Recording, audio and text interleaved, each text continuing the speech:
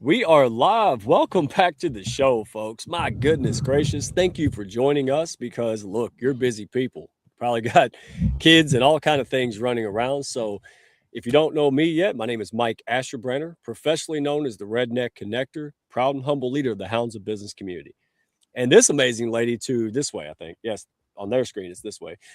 April Wyatt, she is extraordinary. She has been doing so much work behind the scenes with hashtag She Wins March, along with one of our special guests today, Lachelle Atkins, America's Supermom, who hopefully doesn't get kicked out of the ball field, and so she'll be able to make it. All right, so let's get this going. I'm not. I'm going to go straight into this conversation because I have a feeling we could do 3-4 hours and no one would be tired or bored. What do you think? Yes, we definitely have a lot to talk about and so many amazing women here today. So let's get to it, Mike. Well, before we do that, we're going to give you a shout out. Speaking of amazing Oh, women, and make sure that folks understand, what you have. You have tremendous value, and I say this like a broken record, but it's okay. Because you know how people do events and then they're like, "Oh, this is great," but it's a lot of marketing. Nothing wrong with it, but when your folks leave an event, they don't stop talking about it. Right? It's constant. It's because the impact is so real. So mm. just share us a little bit because I want to. You got what 8 spots available or something, No, and I only who's have this for? 6 spots available now. So Okay, this is definitely a transformational experience. It's just not a retreat. Yes, you can go lay on the beach right there in Bali. It's in the northern shores where this resort is. Although this is about people who want to get away from the noise and really step back into themselves. So if you are an entrepreneur, if you're a professional, if you're somebody who's just has a lot going on in your life and you feel that you've lost that essence to yourself, for sure this retreat might be speaking to you. Anybody who is curious about travel, you need to get to Bali, right? So you yeah, have to be adventurous and also curious about other people and culture because we like to go off property and go on a waterfall tour and experience some of the local culture. So if that sounds inviting and you can see yourself there in Bali, you're already halfway there. So DM me, take a picture of that little QR code down there and get more information. We're going to have a live call actually this Friday, 3 p.m. Pacific Standard Time, 6 p.m. Eastern. And we're going to talk about what we have in store for you and what our why is and why this is a different experience from anything else. And also highlight on the right side there, her name is Crystal Angwin, and she is actually from Australia, and oh she's going neat. to be one of our new support team, and she definitely adds a different flavor to this retreat. So please tune in or watch the replay. I'm here for anybody who's curious. Yes, ma'am. And this couldn't come at a better time. We're going to be talking about a whole lot of great stuff. Regulate first, lead second. And a lot of these ladies, I mean, we have families. Right? They juggle so much. And so this is a really good time for these ladies to reconnect, go back, plug in, recharge, and they make a lot of great contacts, friendships, business things happen. So thank you. That's what I want to make sure because if anybody needs it, it's a career woman with a family and a 50 other balls juggling in the air. So thank you for doing that. Right. And then real quick, uh, folks, this is panel three. Okay. Panel three, week three live stream celebrating professional and amazing women. So we have a Zoom celebration. Hey, hosted by the one and only. You'll see her in a minute, folks. Lachelle Atkins, America's Supermom. She is putting this on. April, you have been such an instrumental part of this, representing the Hounds, putting this together. It's phenomenal. All are welcome. So, 2 steps here, very simple. Share it with somebody who could benefit. This is not an infomercial, no bait and switch here. This is value, right? We're going to have lots of fun. We're going to have lots of connections, but it's all about the right room. That's what this is, folks. So, share this, show up, register. You'll be blessed by it. Come as yourself, leave as your better self, leave with some connections, right? Leave with some goodies. And we're going to have some massive giveaways too. So, right room, you got to be present to get it.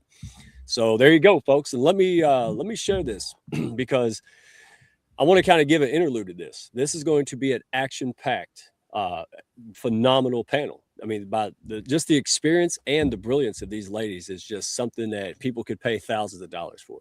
So this is your show, right room, network with each other, ask questions. We'll do the best we can to put those on screen, be a part of this discussion.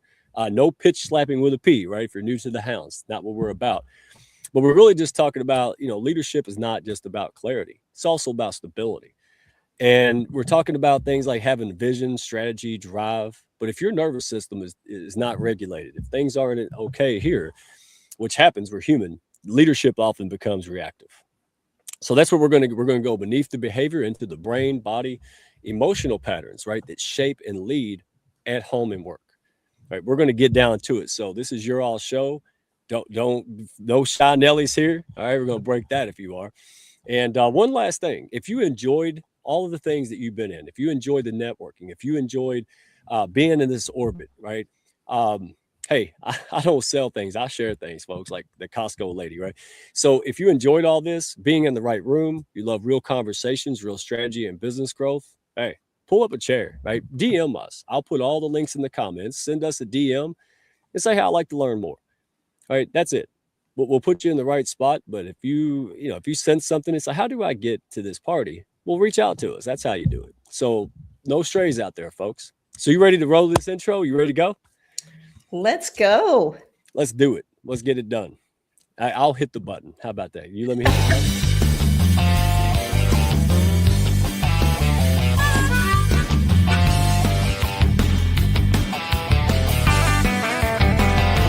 Are you looking to grow your network and your net worth with other high-level, heart-centered professionals? Then grab a seat and your favorite beverage and join Mike Ashterbranner, the Redneck Connector. It's time for the Hounds of Business Community Happy Hour.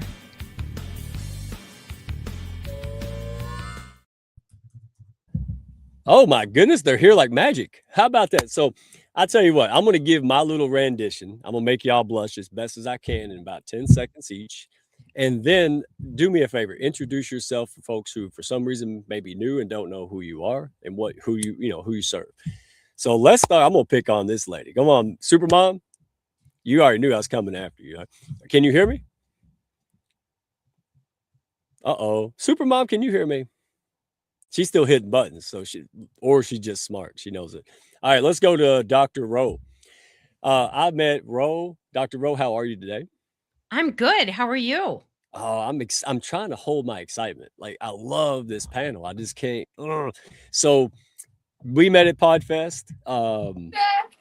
I knew you were amazing. I sat there. I enjoyed your company, and then I reached out when Women's Month because come on, hey, high level heart centered women. It was Dr. Rowe, and so that's how we got going. And then a lot of the guests that you have seen on this show, folks, were coming from Dr. Rowe.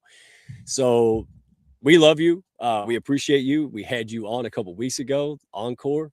Thank you for coming back. Tell the folks who you are and what you do because you make an impact. Well, thanks for that intro. I do hang out with some pretty amazing people, including you all. So, right, you are who the people you surround yourself with. And so, I have the privilege of some pretty awesome people. So I'm Dr. Roseann. I actually am regulation first and regulation first parenting. I actually own the trademark to it. What is it about? It's about putting your nervous system first in everything you do. And my work is largely around parenting, but I also work with organizations to teach them how to implement this in their organization. And I'm so excited that you're talking about the nervous system because it's everywhere. I had, we just kind of on autopilot. We don't understand ourselves and then we do things. And this is why you're so good. I'll pre-order your book and it's not out till September. But your bonus was worth it. Like, I was good with the bonus. I was like, man, one day I'm going to forget the book is coming, right? Even my family was like, did you order a book that's not going to get here till September? I was like, yes. And I got the email. I was like, go read the email. Well, thank you for supporting me. I really appreciate that. It means a lot. I'm a dad who cares about his kids, and they didn't come with an instruction manual. So thank you for writing something I can use. All right. And speaking of lots of kids, Supermom, can you hear me? All right. I can hear you loud and clear. Okay. So now that you're living outside, how are you today? I'm good. I'm telling you, you got to get out of your comfort zone. So, but I'm used to chaos. It happens all the time when you have a large family. So I'm Yes, glad it to is. be here, excited for this conversation. These are some wonderful women that we have on the panel. So I'm looking forward to learning from them this evening. So, all about women. I think it's so important. A lot of the important topics we minimize, or sometimes we bury them, or we put them on a shelf to think that we can handle it later on. And I'm a testimony that that's not the way to do things. Overcame 13 years of depression, 3 hospitalizations, and now I am just a walking billboard about the importance of your mental health. I am a TV producer, podcaster, author, speaker. Any platform that somebody will give me to talk about our mental wellness, I'm there. So I'm glad to be here and excited for tonight's conversation. You are a gem, my friend. And yes, I'm going to be picking on you because you love it. You absolutely love it. But Supermom, fun fact, I went on a live stream. I put my hat on years ago, had courage before confidence, and I got whooped. I got whooped, y'all. And then I didn't give up. And then guess what? The second experience was Supermom's show. And so she gets the credit or blame for what you see today. That's what I'm trying to say. So you send hate mail and love mail to Supermom because she did. She gave me that experience. And I said, you know what? That I want to do that again. So thank you, Supermom. That's why you've been dear to my heart, and you have made an impact like the size of Texas. So thank you. And that leads me to another amazing lady coming through, the one and only Deborah Jackson. Birds of a feather. See, if I had sent any of these ladies a DM, they would have pepper sprayed me over Zoom, folks. I'm telling you, like, we're disenchanted. This had to come from somebody going, hey, I know he looks funny, but dadgummit, he's got a bunch of stuff. And Deborah did that. Thank you, Deborah. And you are fantastic and phenomenal. So please introduce yourself and let the folks know who you serve and what you do. Yes, well, thank you so much, Mike. And yes, I'm so grateful my colleague Deborah Jackson connected and aligned all of us. I think that it's wonderful when people can come together and pool knowledge, share wisdom and expertise, and accelerate success and high performance, whether that be your personal lives or your professional lives. This is a good thing. So it says a lot to those of you who've come on to this show live that you're open and willing and receptive to have access to what we're about to share tonight because it matters to you. I'm a mom of 8 and a wife of 1, and I thought that was a lot until I met Supermom here tonight. Right. I thought that Number that was 2. abundant, and 3 grandchildren as well. I've been an entrepreneur most of my life, pretty much since I was in Pampers. Owned my own companies, wrote several best-selling books. My passion is people and finding ways to add value and contribute through the messages that were meant for the many, not just the chosen few. And I'm grateful to be able to align with products and innovations that make a difference and impact people. Their health is their wealth, and they will trade their wealth for their health. So I'm very passionate about that, as well as providing insight for folks that supports their professional development so that they can experience the life they imagined sooner versus never. Absolutely. And you are number 2. And that's not, usually you win with the 8 kids, but look, Supermom's got the Atlanta Falcons in her house. 15 is a football team, right, gentlemen? There's gentlemen in the audience supporting you ladies. We get to do that in June, maybe. Don't tell nobody. So I'll tell you what, I'm gonna throw it out there. I want to cover the foundations, and we're gonna start with the lady who literally wrote the book and the trademark. We're gonna start with Roe. All right. And chime in if you like to chime in, but I'm gonna ask all of you, Dr. Rowe, here's the first question. What does nervous system dysregulation actually look like in real life? Like not clinically, but practically. Yeah. Well, even though we're hearing so much about nervous system dysregulation, emotional dysregulation, these aren't clinical diagnoses. Really, what it is in the real world is you're either over or under reacting to things maybe you shouldn't be. And so it's when we start to feel maybe petty annoyance, more than we should, or we're bubbling up and getting irritated, or we're having a hard time sleeping, or we're zoning out. Those are signs of understimulation, the zone outside, and then overstimulation, the irritation, the agitation sign. And really, they're just clues that we need to regulate ourselves and it's not as hard as we think it is. Oh, I don't know what she's talking about. I've never done that. Right? Look, watch the comments go to 55. Like, come on. Look, Supermom's like, really? I've known you for years. So, ladies, pop in, chime into that, or from your own, because you all bring a different perspective, right? So Definitely. it's not right or wrong. That's why I chose you, ladies, because you Yeah. come from a different angle. Supermom, you have really, I love your story because it's the realest. 13 years of depression, Mhm. down, and then to pull yourself. I know what that means. I've done it, right? A lot of Mhm. folks have done it. And a lot of folks want to do it, more importantly, right? And a lot of Mhm. inspiration. A lot of people are going to take steps from this talk. So there's your question. It's same one, but what does nervous system dysregulation look like? The practical, right? Well, Not just clinical.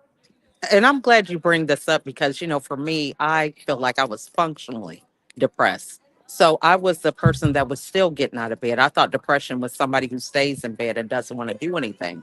However, the anxiety, the stress, overwhelm, burning the candle at both ends, not getting any sleep, I had all of those symptoms that really were living in survival mode. So the fact that I was accomplishing things while being in that state, really, I think is what kept me there for 13 years. Because I thought, well, this is just how it's supposed to be, let alone being an only child trying to raise a family of the size that we have. So, I think a lot of people get to the point where they ignore the signs, or, they take an aspirin because they have a headache. They don't think about, I've had this headache every day, or this headache occurs whenever I'm doing X. And so it's really just the point of not knowing yourself. I really didn't know the signs my body was giving me because I was still pushing beyond the signs. So I think it's important to highlight some of these things so people can start shining the light on some things that are triggers or maybe reoccurring things that they're stuck in, and realizing that they have the power to change that, if they just get with different people, or sometimes just do the inner work on themselves to change the situation. By the way, I feel like I'm a news reporter on site. You know how it's like the people are out in the field? I'm a field reporter today. This is hilarious, okay? You are. People How's the are weather out looking there? and they're like, what is she doing? Yeah, Supermom, can you tell us the weather right now? Yeah. All right, so you are phenomenal, and I wish Back to April you, would Mike. host. I wish April would host because I want to be a part of this discussion. So, uh, well, Grace, anything to chime in with that and your own, experience? Sure. Oh my goodness. I just love that. I'm feeling like I'm coming in from the field. That's Supermom, funny. that is hilarious. Uh yeah, I think what I've discovered is that it's regular to be irregular. there are so many there's so many things that are happening and tugging on our lives at any given time, that there is a technique that I like to use, and this is a communication technique. This is a presence technique. It's called ABCD. I loved your sign as you were introing earlier, Mike. ABCD technique. This has my attention. So I'm seeing a shift within myself. I'm seeing a shift externally of myself. So whatever is happening right now, this has my attention. Now, and even if you do this, you'll be able to remember it. You'll be able to lock in this concept. Attention. B, breathe. Sometimes when there's a lot happening within us or externally, we don't take full deep breaths, or we hold our breath and kind of clinch. So B, breathe. C, count 1001, 1002, 1003 in any given situation. And then D, I get to determine how I'm going to respond to this circumstance or situation. How am I going to respond to this person? How am I going to respond to this inner thought? So this is a quick reflection strategy that I've used with myself, with my children, and I've even taught this to colleagues, because sometimes we, as Supermom was saying, we functioning in depression, or sometimes it's a sweeping under the rug, or I'll get to this later, or I just don't have time to give this any attention. And and it takes away from the gift that we are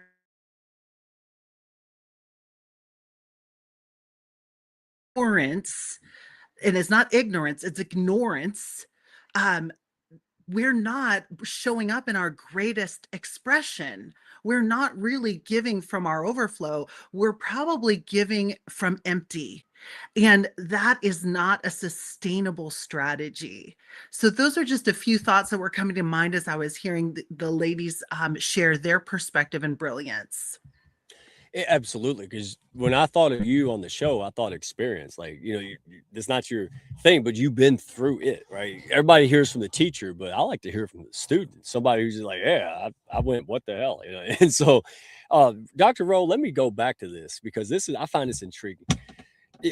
I hear this theme constantly, and I hear it on the show today: self-awareness, right? That's kind of what sticks out because I know the day that I pulled my head out of the sand and it said, hey, you have a problem. It was the scariest. I mean, I was terrified, but that's why we do maladaptive things, right? It's why I drink and all this stuff. But the day you do that, and for me, it was the catalyst was I don't want to pass on generational baggage, right? Because we're talking about a lot of parenthood here. This is part of, and you can't teach what you don't know. So I was more scared of passing that on, and my daughter's growing up to be more of a train wreck than so. I want to touch base on that because I know there's a lot of folks feeling that way. You ladies at some point were able to go, hey, I'm going to face this. But that's so hard because we feel broken, weird, guilty, right? We feel shamed. Like, well, if I open this up, then, people are going to think I'm terrible and, right. So can you address that? Because there's a lot of people that no matter how good your playbook is, no matter how they're just, can you speak to that at all? Yeah, I was talking to a young adult yesterday who was stuck. And I think, Lachelle said something so amazing that you probably didn't even realize, and kind of wanting to dive into that and unpack that is, when these things build up, they almost never happen overnight. They just start happening. You start feeling muscle tension. You start avoiding things. You start having from one glass of wine to 6 glasses of wine at night. You binge watch all weekend next Netflix. You don't take care of your internal garden. And once you realize, oh my gosh, I'm depressed, I'm anxious, I'm this, whatever it is, it feels like a summit. It feels like you have to get to the summit of a mountain. And I think what we in America do, probably more than anybody, is we think, right? I actually have a magic wand in my desk. We think that there is a magic wand. So most people think, well, if I'm not actually at the top of the mountain, I'm a failure. And we have to unpack, we have to be different. We have to say, I'm taking that micro step. The power is actually in the little moments that teach your nervous system to be calm, to regulate. It doesn't just turn on. You can't take a pill. These are things that we do that create capacity. I talk about the nervous system as, a cup. And so, you have a stress cup and little things go in it all day and fill up, but you can actually add things back in. And so by teaching our kids this, by practicing this and showing the people around us that we practice, we can really counter when people struggle because, when you're talking about, I mean, Lachelle will share her story and what it was, but a busy life, having kids, all these things just piled in there. Wasn't like somebody, she got robbed and then all of a sudden she was depressed, or there wasn't a single thing. It was everyday life activating your nervous system, and she wasn't taking care of her garden. And the moral of this story is little things you do make a huge difference one way or the other. So why don't we take micro moments and build that regulation to relieve some of the stress that is really crippling our society? Okay, I want these ladies to chime in, but I have to get this I in. Go yeah, ahead.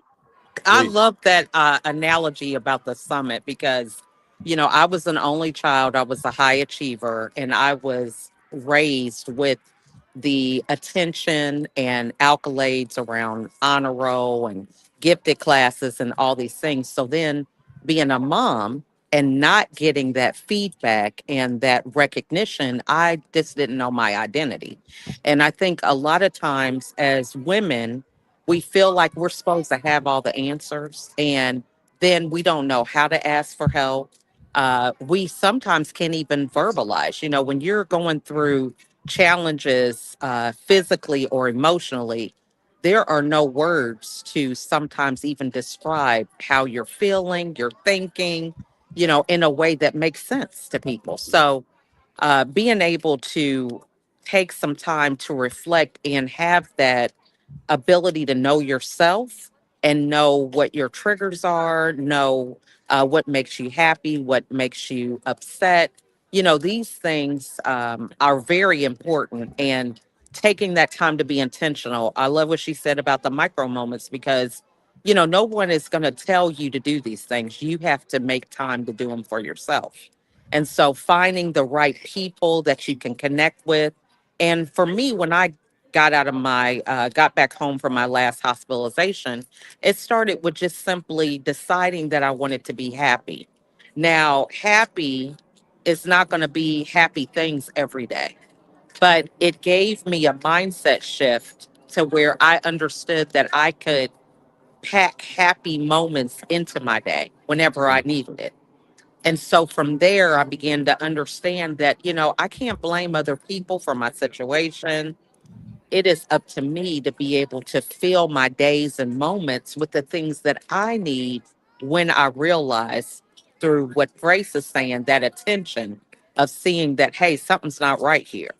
And then making sure that I'm the one that addresses that. Because if you wait on other people, which I had done in the past, I'm ended up in the hospital. So I think that's a very important point to bring up. Holy mackerel! Well, before I tune in, and real quick, for me, it was like I get a paper cut and complain for 3 hours, and then I saw Russ Hedge, right, overcome the stage 4 and all of this, and I'm like, okay, if you're grumpy and he's not, it's a choice. It is a skill. You can learn how to overcome it. Is it easy? No, it sucks. But what sucks is staying in this state. You don't have to stay here, right? The hard work, yeah, it's going to lead better. So, Grace, Yes, I value, everything that has been shared thus far. I think the micro can become macro, as you were sharing earlier, and how one of the techniques that I apply and I've been teaching for years and doing my best to model is a technique of self-coaching. And that's where I'm asking myself quality questions that support me to extract um, higher level thinking. Um, bring out the best expression of myself. So I ask myself who, what, when, where, and how questions on a regular basis. I also ask myself distinction questions. Distinctions accelerate decisions. So I look at the opposite and I ask myself often, okay, we use this as an example from Supermom, does is this giving me life? Is this giving me energy? Is this making me happy?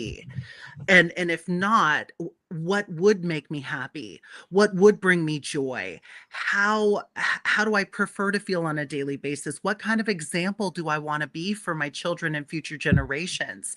Is this hindering or helping? So distinction, to being able to identify the opposites, to be able to quickly make a decision of, most people are so clear on what they don't want out of life, and they complain about it, and therefore they get more to complain about, and they get more of what they don't want out of life, versus being super clear what we prefer to experience and what we prefer to be our life our life story. And it's not always grand, and we're as long as we're taking action each day, or being mindful each day of our preferences, we're so much more likely to get there. People are so clear on what they don't want, but haven't really invested the time to identify what they would prefer. So I love that Supermom is at a track meet, because it's her daughter's, she has kids in this track meet, and she found a way. We can either just complain that this is the situation, or we can be a show host for the day and show up anyways. So those skills I highly recommend, because you carry yourself everywhere you go. And that is always the more beautiful answer for the more beautiful, always the more beautiful answer for the more beautiful question. I hope that will bring value to people. Oh, I'm not messing none of this up with my isms right now. No, no. What I'm going to do is a smart thing. Go over here to Dr. Rowe and say, "Hey, Oak Tree, would you like to tie this up?" Because I Yeah, imagine you I mean, probably, I yeah. think there's so many pearls in here, and you know, we are talking. We brought in a very heavy topic of depression, and what is depression? It's the nervous system shutting down, and so thinking is not what they want to do. Feeling is not what they want to do. We have to get them to reconnect to their body and start small. And when you are stuck in any way, shape, or form, you have to start as small as possible. And that's where those little actions, as Grace so beautifully said, can turn into macro actions. And I just want to really encourage people, like, pick one healthy habit if you're having a hard time and literally do it every day for 30 days. It will add up, and when you're feeling very overwhelmed, which 48% of parents in America are feeling overwhelmed, and 41% feel that they're so overwhelmed that they're immobilized, that means you're depressed, you're anxious, and these are clinical issues. So starting small is where you need to start. And I just don't want to ignore the overwhelm. But all of these are beautiful things. And we can tell, you know, what Grace is really saying is, you know, about our mind and what we choose. And we really do have a lot of power in our mind. And we could tell ourselves good things and our brain will believe it, or we can tell ourselves bad things and things that aren't true, and it's going to believe that. And that's really powerful. And it's a little micro action that, you know, every single person can do, right? But I also want to say, we women, as Grace said, I mean, as Lachelle said, we are the CEOs of our families, and we run, we don't walk, and we are prone to burning out. And so don't neglect yourself, and you don't have to, like, yes, I go for a massage every other week. Yes, I go and do all these things. It's the micro things. So, like, don't say I don't have time for that. You have 10 minutes. You could hide in the garage and do some breath work. Or you can get your kids to do it with you, and you could have crunchy granola kids like I do. But devote that time to yourself, because I have to say, I know that when my child was in a mental health and medical crisis, I ignored myself and I knew better. And now that just doesn't happen. It doesn't matter how busy I am. I carve out time to reset my nervous system, and it's no big deal. It's easy stuff. You know, I wanted Oh, to add to that too, because during the pandemic, I had 7 kids that were e learning at the time. And we had mental health days. You know, I just told their teachers, hey, nobody's sick. I'm here. At the time, my husband was working out of state. So I was there with all the kids, and he was coming home on the weekends. But helping them to understand what a mental health day is and talking about it, you know, so that they can understand that, you know, you don't have to necessarily be sick with the flu or something like that to still know that you need to rest, you need to take some time to decompress and, you know, really talk and get in tune with yourself. I think that is also important. And also during that time, I wanted to have something proactive for my kids because they were saying that, you know, they're going to have social issues, not being with other kids. So I created an acronym for a smile, which is one thing you could give away and still keep for yourself.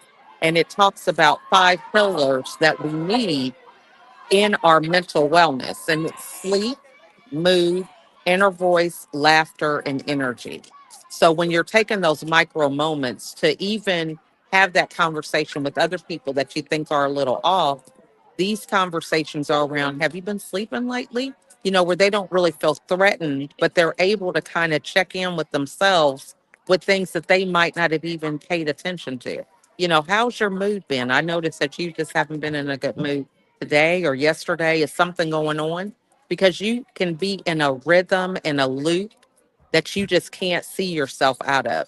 But it's those moments when people actually give you that awareness or draw attention to some of those things that you realize, man, you know, that is true. And you start really checking in with yourself. So I just wanted to add that also. I love that. Hey, real quick.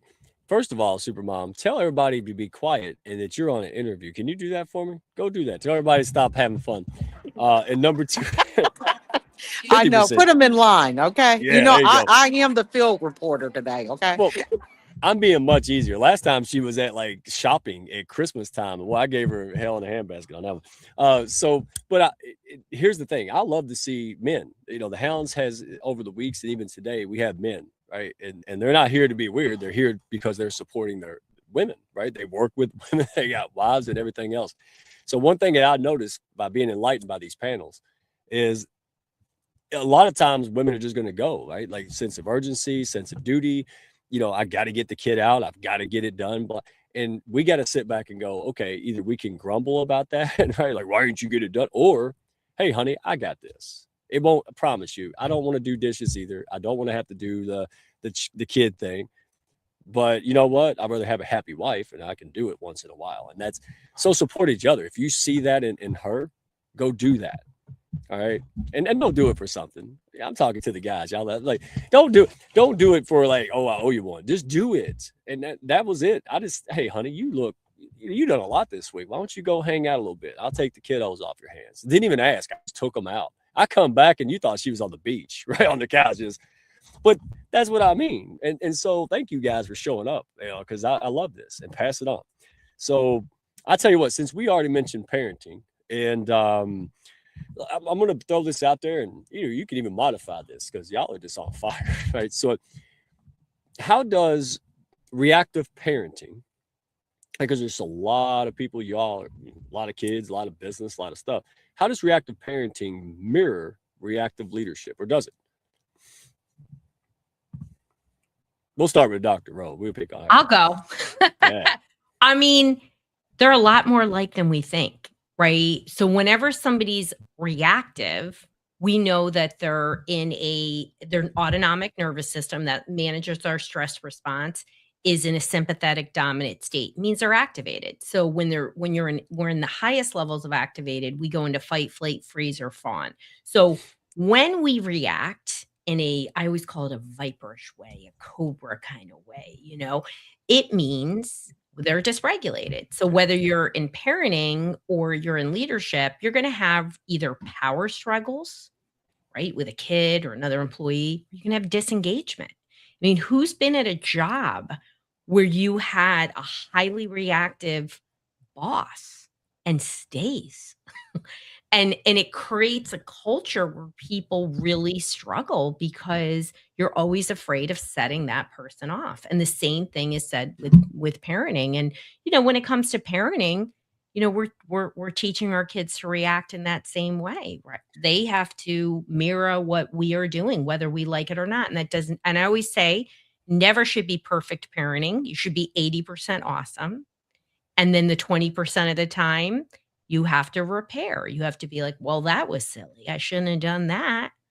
Sometimes it is an apology, but they're much more alike than we realize. Oh my gosh. Like the other day I said, my oldest just turned 13. And so she found potty words. And I'm like, I don't like this. And my wife is looking at me like, potty words. And so now I'm like, okay, as much as I love potty words, I better get rid of it because I don't like it, right? But I can't sit here. I won't be hypocritical. I won't say, you don't do it. And then I'm just going to cuss like a sailor. So don't have kids unless you want to grow. Because, I mean, honestly, honestly, if it was just me, I'd probably just be who knows where. But it is important to me and a lot of folks I want to level it up for me now. It started with the kids. Now it's for me because I deserve it too, right? And that's another thing. Ladies, you deserve it for you. It don't have to be for everybody else. Maybe you start that way. But yeah, and so please chime in. Grace? Yeah. I really appreciate what you share because I think that really is a true thing. I would say if you talk to some of my kids, I probably was that reactive parent, because I have such an age gap between the oldest. The oldest is 36, the youngest is 12. So I'm sure I went through a lot of evolutions with all those kids. And now, my grandkids, they probably think, they think I'm the best thing. And I'm like, hey, I made so many mistakes. But I think just being open to being present and strong enough to get feedback from your kids, asking them the hard questions and understanding that you don't have to have all the answers. Being able to be in that space is so important because there's so many things that are changing at a moment. I mean, these kids have different languages, they got different technology. It's just hard to keep up with everything if you don't have a connection and a relationship with it.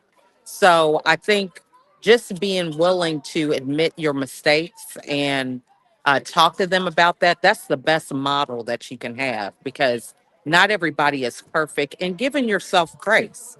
No pun intended, but you need to give yourself grace because you're not going to have all the answers. Every child is not the same.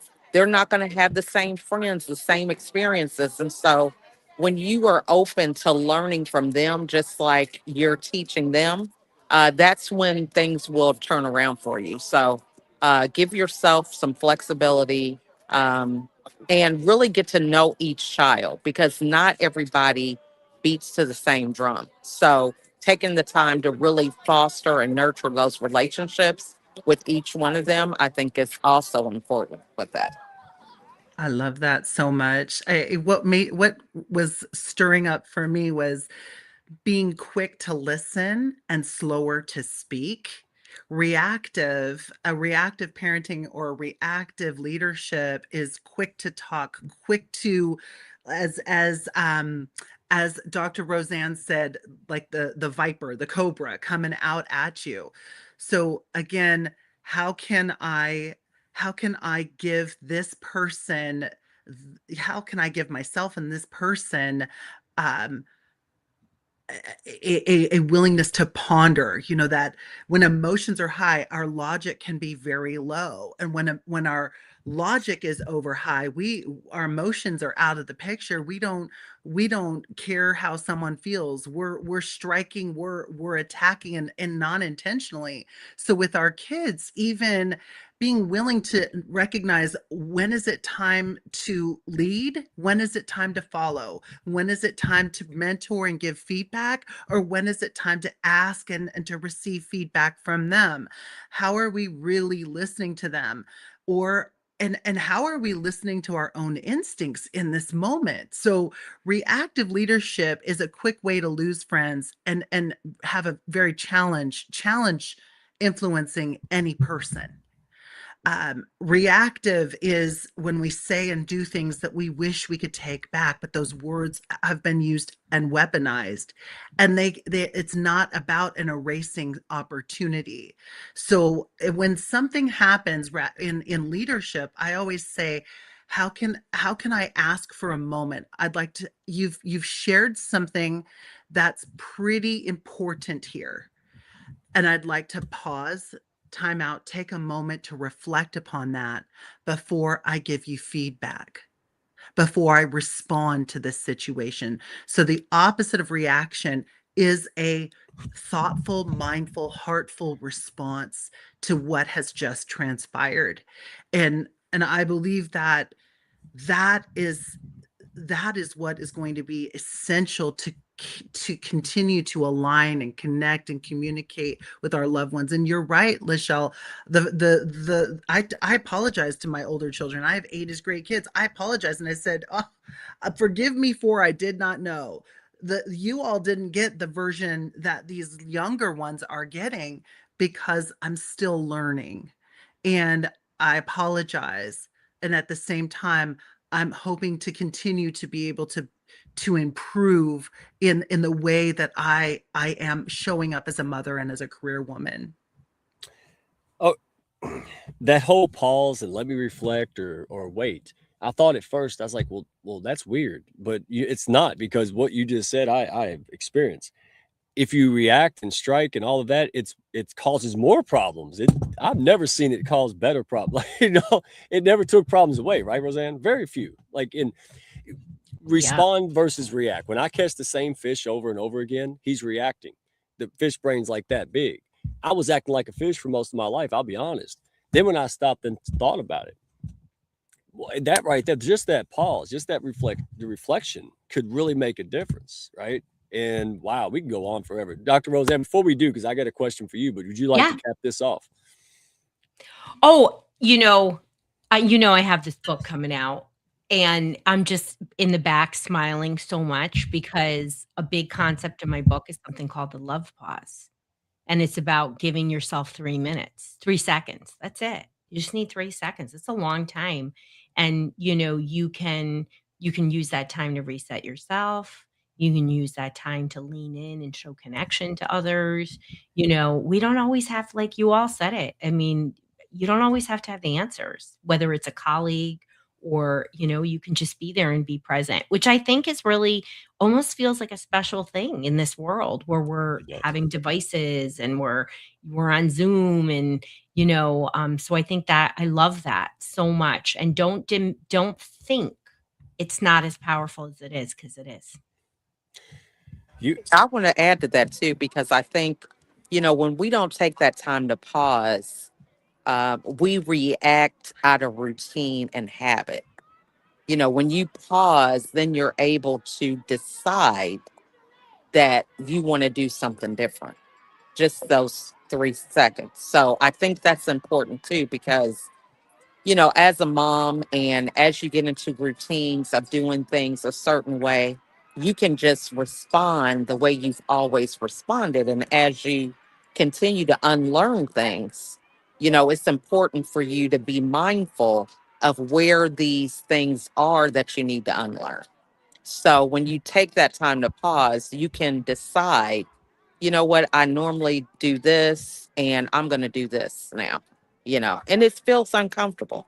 A lot of times we can react quickly because it's familiar, but what's familiar may not be the best reaction. So I just wanted to add that also. I am And learning so much right here. No, real quick, I'm learning tons. It, like I always have respect, but I couldn't relate to a lot. It's like when I respected my wife, but when I went to in the delivery room, whoa, I was like, wow, that's a lot more respect. I feel that way with this because the interactions, hearing you all ladies be so open, because one thing resounds the most, you care. So a lot of times with me and men and other men, we take that, oh, why she did, because it's not aggression. It's yeah, I need, it's that whole overwhelm. It's we take it that way, but it's not that way. It's because you care. Because if you didn't care, you just leave or something. Right? So I want people to know that. Like, don't look at that and go, oh, why is she grumpy? Like, hey, what can I do to support her? She's grumpy because he's helping you, and I can't find my socks. She's looking for the socks on top of 16 other tasks on top of her work and her business. You're right. Like, and I love that because it's not really a gender thing, it's people thing, but we are different, right? In a lot of ways. So I just had to chime in and say that because I am learning so much. I just run in the house and be a better guy. Like, thank you. But go ahead, Grace. I was just gonna to align with what Lachelle as well as Dr. Roseann had mentioned. I was thinking about how when we with a love pause, well, we can also ask a love question, meaning this is a question that's coming from curiosity, because usually when sometimes what's happening is we're reacting and they're striking and we want to strike back, that people become accustomed to the striking versus we can interrupt a pattern with a curious love question in the moment that maybe we don't have an opportunity to pause in this moment and that they want to just hash it out in right now.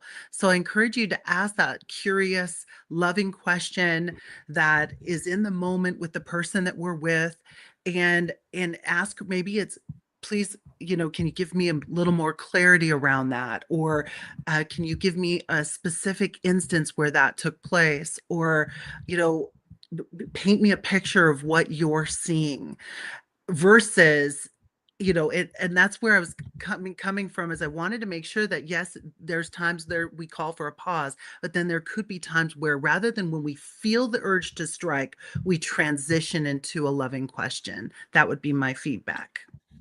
Bravo. All right, because I'm gonna keep y'all till midnight, and I don't think you got time for that. I know Ro doesn't have no time. She's like, nope, you lucky you get 8 o'clock, boy. I told you 8. So let's see. Let's go to Dr. Roseann. What's the biggest misunderstanding leaders have about emotional regulation?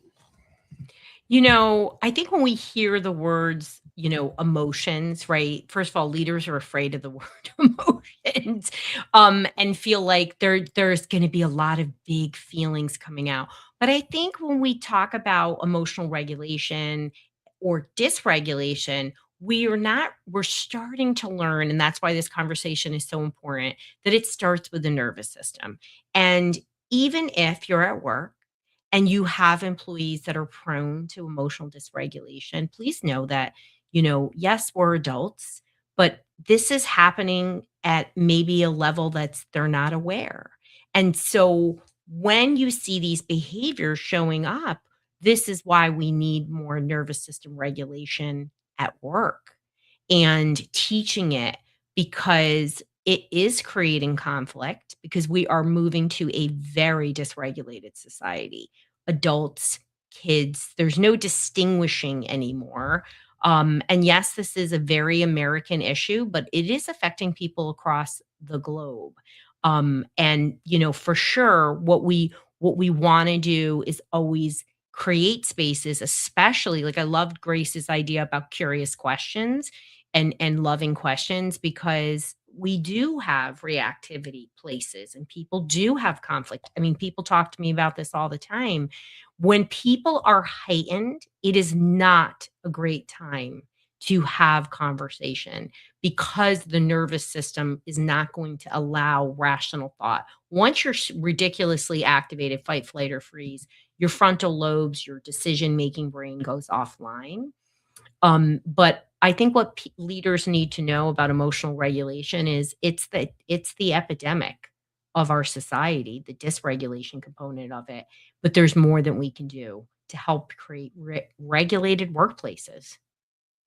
I only smile because I thought about, me and my wife been together 24 years, and we'll still occasionally, like two gorillas, just go at it. Like we know better, but we're human beings. Like our brains just change, the midbrain and Mike, stuff. why are you not just doing what she says? That's the problem.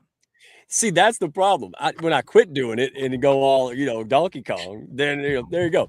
Um, but let I'm me ask, just kidding. But my husband always says, yes, yes, honey, whatever you say. right? Well, in a lot of things, I've learned that it doesn't matter. Like there was a comedian, not to get in the weeds, but a comedian talked about it, and he talked about how disagreeable he was. And just listening to that comedy show, I sat back, I said, you have been a little gargamelish in the last couple of weeks, right? Because she was like, let's go out to eat, but she would be this high pitched voice, and I'm like, so I just said yeah, and she almost defended, like she was like, well, what did you say? Yes, I'm like, yeah, why not? It blew everybody's brain. They're like, oh, daddy was gonna, say no and all this stuff. And I was like, sure, let's go. And I put a smile on my face. They're like, okay, is dad on something? Like, but you know what? I actually enjoyed it. I enjoyed it. And if I didn't enjoy it, why can't I let them enjoy it? Why can't I enjoy them enjoying it? This is what we're talking about. Stop being a fish reacting to stuff. Yeah, is it easy? No. But is it worth it? Hell yes, right? So real quick, because I wanted to get to these ladies, but you are just uh, how does regulate, connect, and correct? How does that apply in business environments? Yeah, I mean, so basically regulation is the path to everything. You're not going to be able to connect. People aren't going to be able to receive feedback or learn. That's what the correct is about, until you're regulating. So you can start that process by being regulated, because co-regulation is when people borrow your calm, right? And we know this as parents. When we got it together in the 80% awesome, we're like, oh, that went better than I thought. But this is also in classrooms. This is in workplaces. And so know that connection and learning are just not going to happen, maybe at all, unless you focus on regulation. Wow. Yeah, I love brilliant academic brains that actually lived it. All of y'all are just so on point and believable. I hope seriously, I'm going to do everything I can to get this out, because I know so many lives will be touched. So many women and men will be like, wow, okay, it's not just me. Because we think it's just us. We're the only ones that have issues and changes. And like Goggins says, other people are just better hiding it than we are. It is the truth, is it not? And that's why we do this, because it's okay. Well, I got problems. They just hiding it. We all got problems. Anyway, let's go to Supermom, because woo, birds of a feather flock together, my friend. So you battled depression for 13 years. How did that affect your leadership, and what shifted when you chose recovery? I think the thing for me is removing judgment. Mm, Coming from a high achievement background, high performer, I felt like if anything was done right, it had to be done a certain way. I was very particular about things following a rubric or a blueprint and things of that nature. So when I learned to give myself grace and also understand that the things in my head were not always true, because I would think things and believe things about people and maybe what their response was going to be. And I never even asked them their own opinion, because I was in this negative thinking. And so I think when you are challenging your thoughts with facts, that's a good thing to kind of start beginning to do because, I was really my own bully. And so I learned that I had to be honest about a lot of my expectations. And, that was driving me to feel like I had to be perfect in everything and burn the candle at both ends. And, instead of asking for help, I'm just trying to relearn a whole bunch of stuff that I'm not gifted at instead of just asking somebody and trusting. But I just had this fear that I had to have all the answers and know everything. So for me, removing that judgment allowed me to uh, give other people space and grace. And it just took the pressure off, you know, took it off. that constant resilience. That's what I see, and I hear you talking about. So, what is that resilience actually looked at like day to day? I think it's just really being present. You can't be resilient if you are not fully grounded. I mean, being able to show up. There would have been a day I would have been like, oh my gosh, I can't be on camera. I'm at a track meet. What are they going to think? But I've learned over time to include my children in my brand, hence the name America Supermom. Now I feel like, I struggled with thinking I can't have a career and be a mom. I had to choose between one of them because I couldn't do them both. But now that I'm able to embrace fully who I am, I feel like I can show up and, hey, this is my life. My kids are here with me.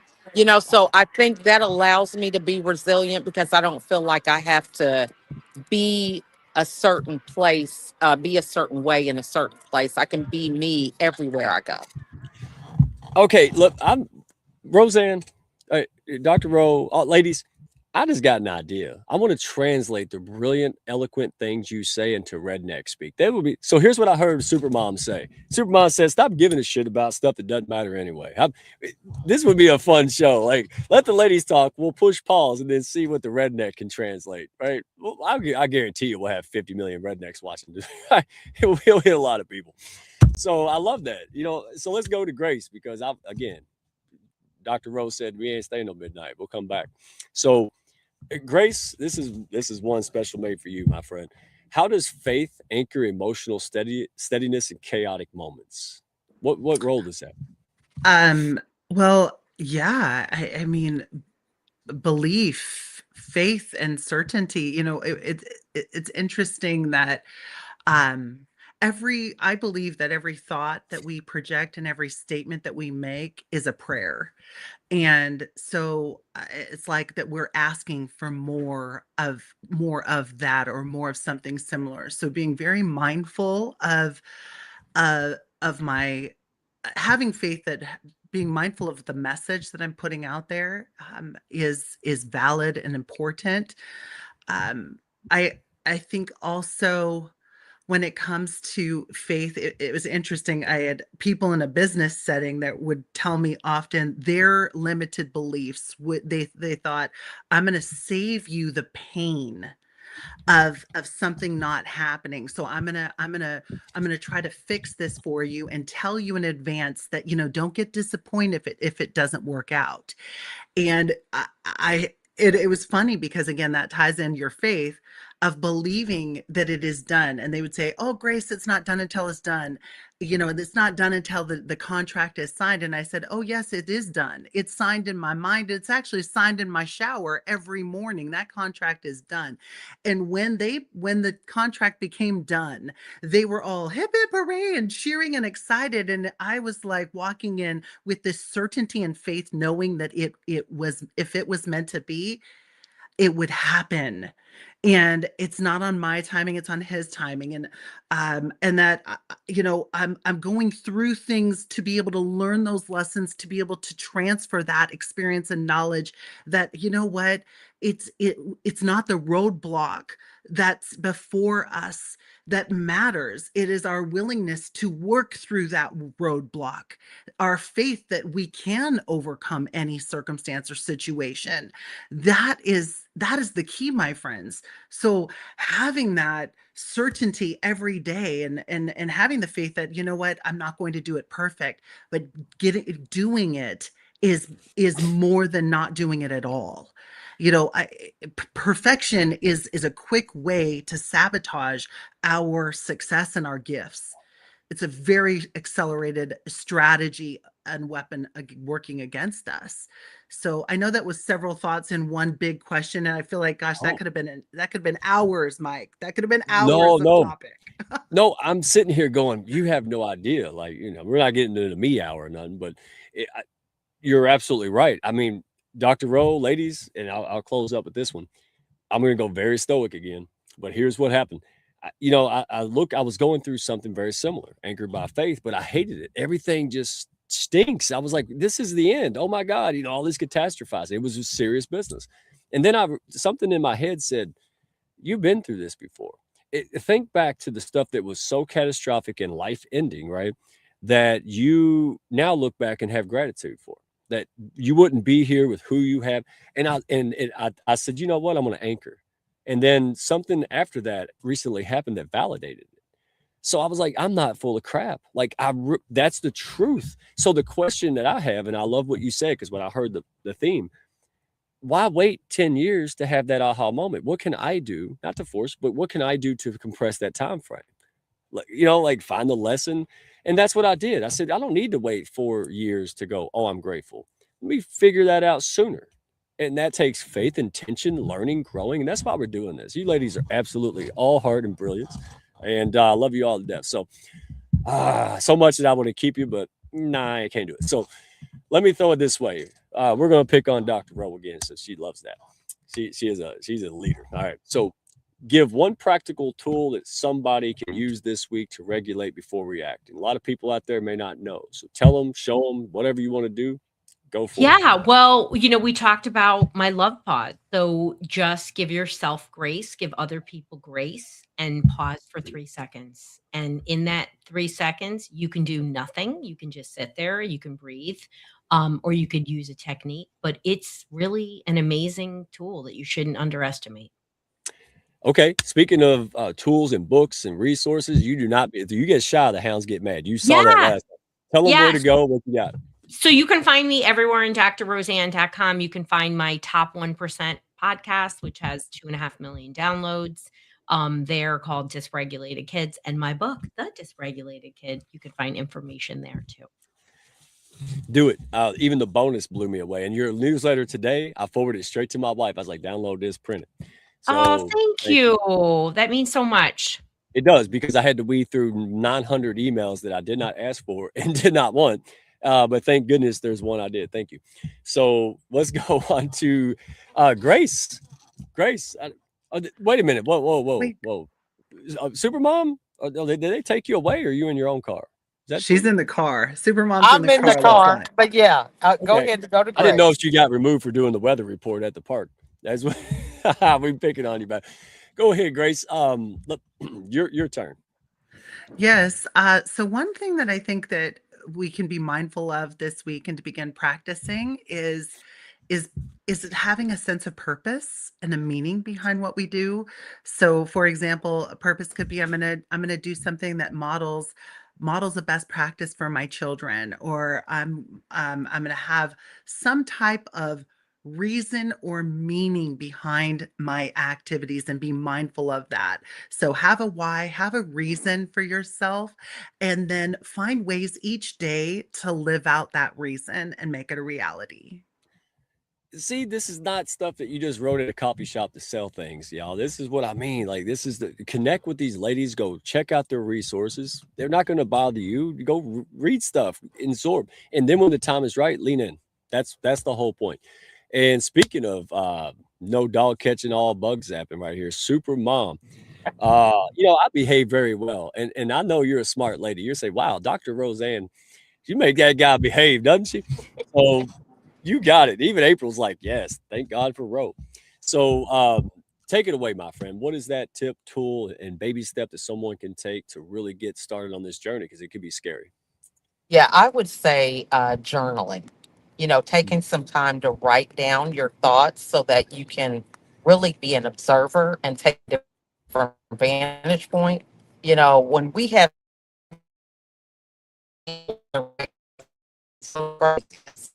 speaking from experience. So when you're able to put those thoughts on paper and really look at them, it allows you the opportunity to, again, decide how you want to show up, what you want to look like in the lives of the people that you're around. And so this will allow you to do those things in baby steps in a way that you feel that you can handle transition with some of those things. So getting some paper and simply writing out those thoughts.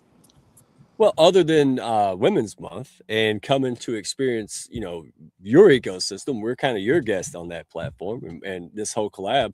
Where else can people go to tap in and find? You got a ton of things. So where can they go find out, tap into your stuff? I'm fortunate enough to all the work that I've been doing is people can just Google me, because I have There been you go. everywhere doing all the things because I feel like, depression is an important topic.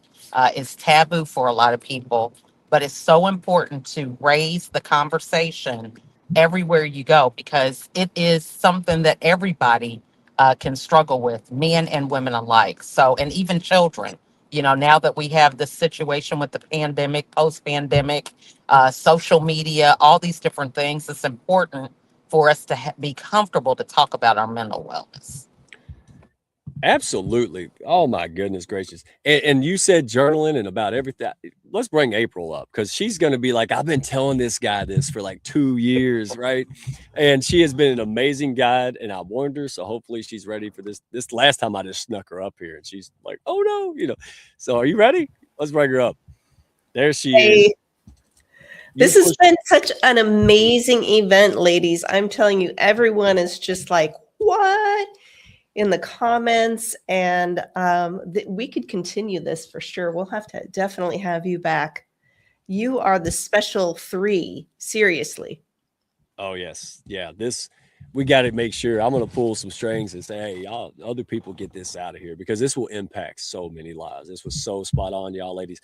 Deborah, again, thank you for the introduction, and to Grace, Supermom, thank you for liking Redneck. I don't know. I mean, you have been an instrumental part of our lives, not just mine. And it's an honor to get back together and do things. And Ro, my goodness, we may not have known each other that long, but it feels like in a positive way, like we've known each other for a very long time because I feel like we made a big impact together already. And it's been phenomenal. You all are amazing. April, here's my soundboard. That's my that's the Redneck soundboard.